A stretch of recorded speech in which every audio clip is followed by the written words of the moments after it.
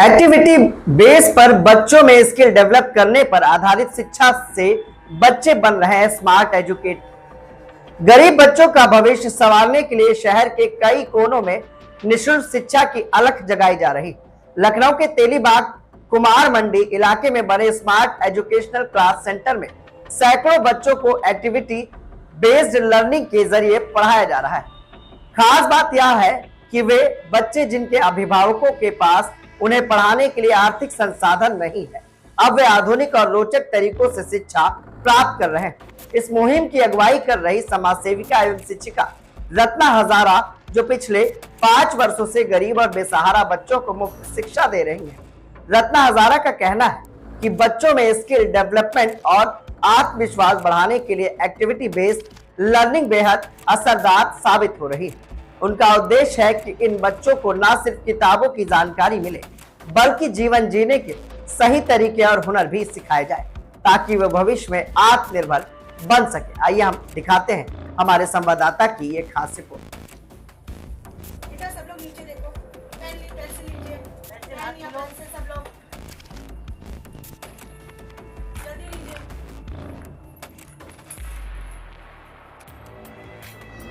नमस्कार, मैं रत्ना हजारा हूँ और मैं एक टीचर हूँ, सोशल वर्कर हूँ।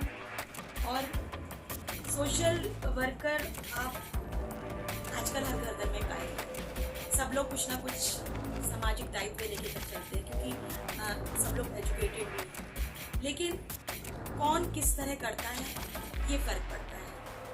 और मेरी जर्नी की शुरुआत हुई थी कोविड से।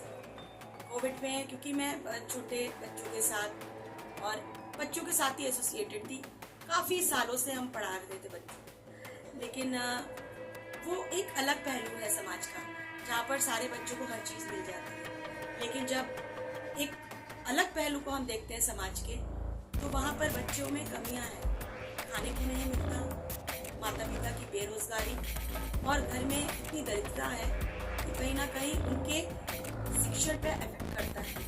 2-2, 4-4 बच्चे तो वो भी काफ़ी इफेक्ट करता है। तो ऐसी ही शुरुआत हुई कि मेरे घर के पास कोई बच्चे थे, क्योंकि मैं काफ़ी सालों से पढ़ा रही थी बच्चों को। तो बच्चों ने कहा कि मैम क्या हम लोग को पढ़ाएंगे। लेकिन उस समय तो बिल्कुल मास्क लगाकर पढ़ाना और गैदरिंग होनी ही नहीं थी।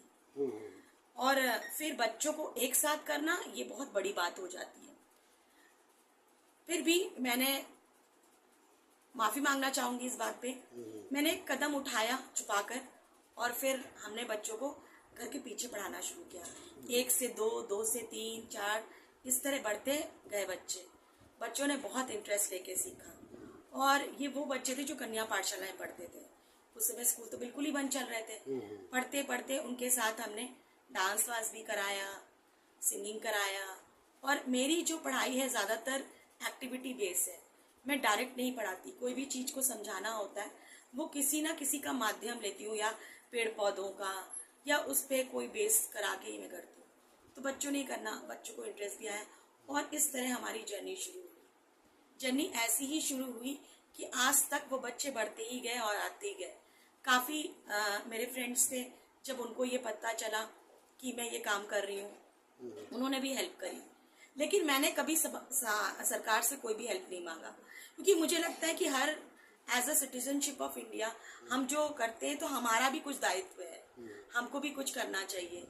तो ये मेरे लिए एक तरफ से समाज में एक सहयोग किया मैंने, कि मैं मैं चाहती हूँ कि मेरी तरह जितने भी टीचर्स हैं, या ऐसा तो नहीं कि हम लोग पढ़े लिखे नहीं हैं, जो हमारे आसपास के लेबर्स हैं और उनके बच्चे, तो उन लोग भी अपना थोड़ा योगदान दें। क्या कुछ ऐसा मन में आया कि आपने एजुकेशन के लिए सोचा, खास करके उन बच्चों के लिए जो एजुकेशन से भी दूर हैं, ऐसे बच्चों के लिए भी?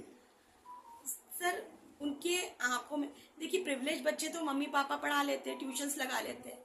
लेकिन जो अंडर प्रिविलेज बच्चे होते हैं वो बेचारे एकदम देखते ही रहते हैं कि कोई तो हमें हेल्प करे, और उनको मदद कहीं नहीं मिलती है। माँ बाप पढ़े लिखे नहीं होते, अच्छी गाइडेंस नहीं मिलती है, अच्छे टीचर्स नहीं मिलते हैं। और आप सरकारी स्कूल का तो जानते ही हैं काम, कि भाई वो आती हैं टीचर्स, 300 बच्चों में 2 टीचर हैं, वो क्या ही पढ़ाएंगी और कैसे पढ़ाएंगी।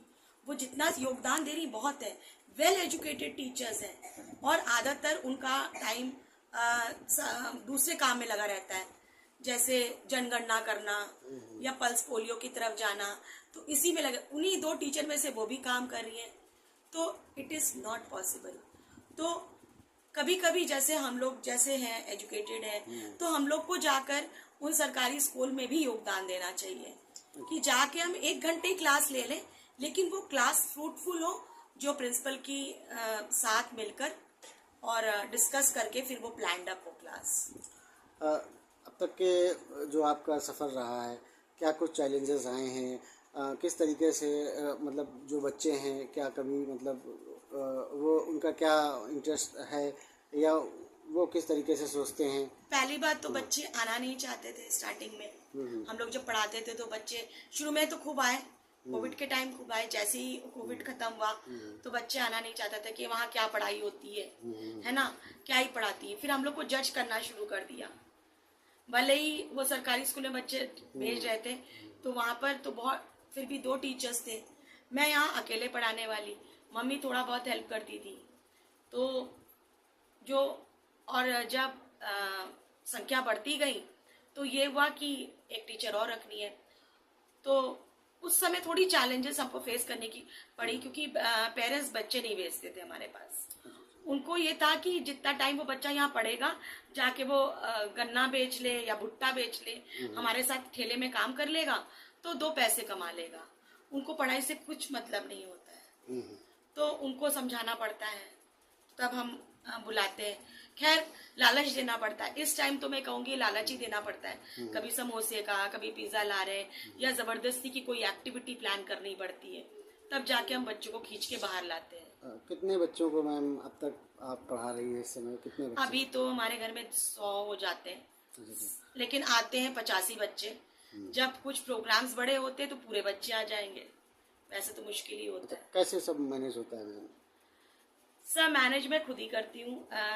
मेरा शुरू से रहा है कि मैं कुछ % अपना सैलरी को मैं दान में देती थी। तो जब मेरे पास घर में बच्चे हैं तो उनकी बुक्स एंड कॉपीज, कुछ मेरी फ्रेंड्स हैं, जब उनके या किसी की बरसी हुई, किसी का कुछ हुआ, और या फिर किसी का बर्थडे हुआ, तो उन लोग ने बाहर दान करने की बजाय मुझे यहाँ पर बच्चों को कॉपी बुक्स दे दी। तो ऐसे करके टीचर भी जो मैंने दी रखी है, क्योंकि वो मेरी ही पॉकेट से पैसा जाता है, तो कुछ महीने में दे नहीं पाती हूँ, कुछ महीने में देती हूँ। लेकिन ये भी है कि हमारी टीचर जो शिखा तिवारी है बहुत कोऑपरेटिव है। मेरी माँ का तो इतना योगदान रहा है कि मेरे घर में सुबह से क्लास चलती है। जैसे कुछ बच्चे, छोटे छोटे बच्चे, वो पढ़ने नहीं जाते हैं, क्योंकि सब स्कूल के आजकल नॉर्म्स हो गए हैं कि इतने ही एज में आप लोग भर्ती कर सकते हो। तो वो छोटे बच्चे आ जाते हैं और मम्मी पढ़ाती है उनको। तो शाम के मेरे 6-7 बजे तक फ्री में पढ़ाई चलती है।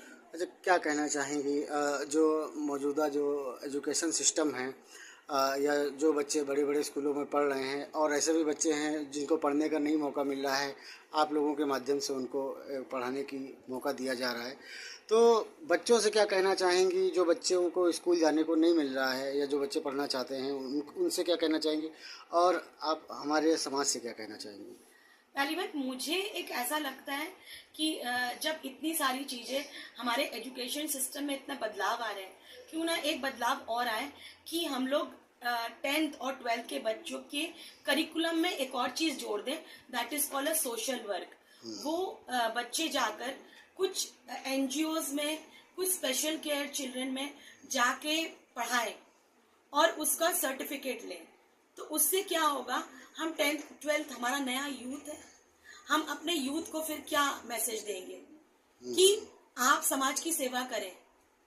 हम लोग की तो उम्र हो गई है, लेकिन जो ये नया जनरेशन है, जब इनके करिकुलम में होगा कि आप जैसे गर्मियों की छुट्टी आई है तो 5 दिन आप अपना टाइम इन स्कूल्स में जाइए और पढ़ाइए और कुछ फ्रूटफुल करके दिखाइए, तो सब बच्चों के अंदर 10th से ही 12th से ही इनकलकेट हो जाएगा, और वो फिर समाज में हमें बोलना नहीं पड़ेगा। या आज मैं बैठ के जो मैसेज दे रही हूँ कि जाइए आप करिए, वो नहीं होगा, क्योंकि जब उन्होंने 10th और 12th में कर लिया, वो बच्चा खुद ब खुद जब आगे जिंदगी में बढ़ेगा तो वो कहीं ना कहीं मौका ढूंढकर, और इसके मार्क्स भी हों, जब सरकार इतनी सारी चीजें जोड़ रही है, क्यों ना हम 10th और 12th के करिकुलम में भी ये जोड़ दें कि पढ़ाई के साथ एक सोशल वर्क का कॉलम जहां बच्चे जाके पढ़ाएं।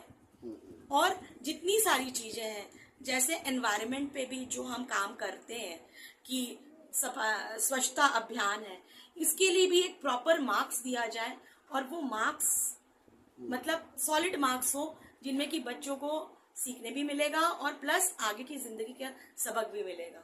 और सोचिए कितने बच्चों को एजुकेशन मिल जाएगा और कितने टीचर बन जाएंगे, क्योंकि सब तो डॉक्टर बनना चाहते हैं, इंजीनियर बनना चाहते हैं, सब कुछ बना, लेकिन जिस टीचर ने सिखाया तो वो टीचर क्यों नहीं बन पाए। हम अपने माता पिता को देख के डॉक्टर बन जाते हैं, हम माता पिता को देख के आईटी में चले जाते हैं, तो एक टीचर जो आपके साथ रोज पढ़ाता है, उनको देख के हम क्यों ना करिकुलम के थ्रू एक दिन टीचर बने और जाके सच में पढ़ाएं, उनकी भी प्रॉब्लम्स को समझे, तो बहुत सारे काम हमारे सॉर्ट आउट हो जाएगा। बच्चों के अंदर एक नई जोश और धारणा अपना चेंज आएगा उनके अंदर। पेरेंट्स क्या कहना चाहती हैं, जैसे जिनके बच्चे हैं और वो माँ बाप बने हुए हैं, और तो खास करके जो बच्चे, जो पेरेंट्स अपने बच्चों को एजुकेशन दे रहे हैं वो भी, और जो नहीं दे रहे हैं वो भी, या मतलब क्या कहना चाहेंगी जो पेरेंट्स समाज है हमारा? पहली बात, अगर हम अपने बच्चों को, फिलहाल आजकल पेरेंट्स सब समझ गए हैं कि बच्चों को फ्रीडम दी जाए उनकी चॉइस की, और आजकल इतने चॉइसेस निकल गए हैं जॉब के, तो फोर्स नहीं करते हैं, ये बहुत ही अच्छी बात है, बहुत चेंजेस है। लेकिन अभी भी हम अपनी इच्छाओं को बच्चों के ऊपर थोपते हैं, ये चीज गलत चीज है। लेकिन पेरेंट्स अब वो चीज समझ रहे हैं, लेकिन पेरेंट्स को प्रोत्साहित करना चाहिए कि चैरिटी स्टार्ट्स फ्रॉम होम। हम बच्चों को सिखाते हैं कि अच्छे तरह से व्यवहार करो, बात करो, हमें इज्जत दो, तो इज्जत कहाँ से देंगे? जब हम समाज के इन बच्चों को इज्जत देना सिखाएंगे तो अपने आप इज्जत मिलेगा, उसमें तो कोई दो राय नहीं है। तो जब हम एक अच्छे इंसान बनाएंगे तो वो हमारे समाज को नहीं, घर को नहीं, हर जगह बदल जाएगा। तो हमारे भारत के बच्चों में ये बदलाव आए, और ये बदलाव हम ही लोग ला सकते हैं बीइंग अ पेरेंट। बच्चे क्या चाहते हैं थोड़ा सा बताएं। बच्चे तो फूल हैं, उनको आप जैसा, जब अगर बच्चा कहता है डॉक्टर नहीं बनूंगा, लेकिन घर के मॉल को देखता है, कहता है कि अगर चाचा डॉक्टर हैं, मामा डॉक्टर हैं, तो मैं क्यों नहीं बनूंगा। जैसा माहौल देंगे वैसा पौधा पनपेगा। तो आप सही उसमें सही तरह से सींचे उस पौधे को, सही तरह से आप हर चीज उसमें खाद पानी सब दें, तब वो बड़ा होगा पेड़, और तब वो छांव देगा, शिक्षा का छांव होगा, एक बेहतरीन कल का छांव होगा। धन्यवाद।